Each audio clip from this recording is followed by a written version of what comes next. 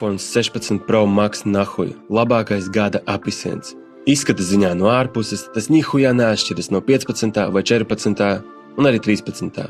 Ja tikai un vienīgi ar savu jauno nokrāsu un jauno kameras vadīšanas pogu no malas. Esmu pārliecināts, ka ir palikuši dalbojobi, kuri vēl joprojām nav apmaksājuši kredītu par iepriekšējo iPhone, bet jau ar īstu deksmi acīs ir gatavi paņemt jaunu kredītu, lai neapmaksātu arī to un turpināt hujārīt roltons un braukt ar trolejbusu. Par tiem, kuri to ir nopelnījuši ar savu muti, vispār paklusēsim.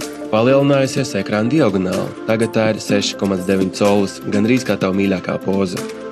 Ultra platleņķa 40 piksēļu kamera, kura nekādīgi neizcels tavus jobanos selfijas un storijas un tikpat hujovu lejupielādēsies Instagramā ar tikpat hujovu kvalitāti, bet priekš home video derēs.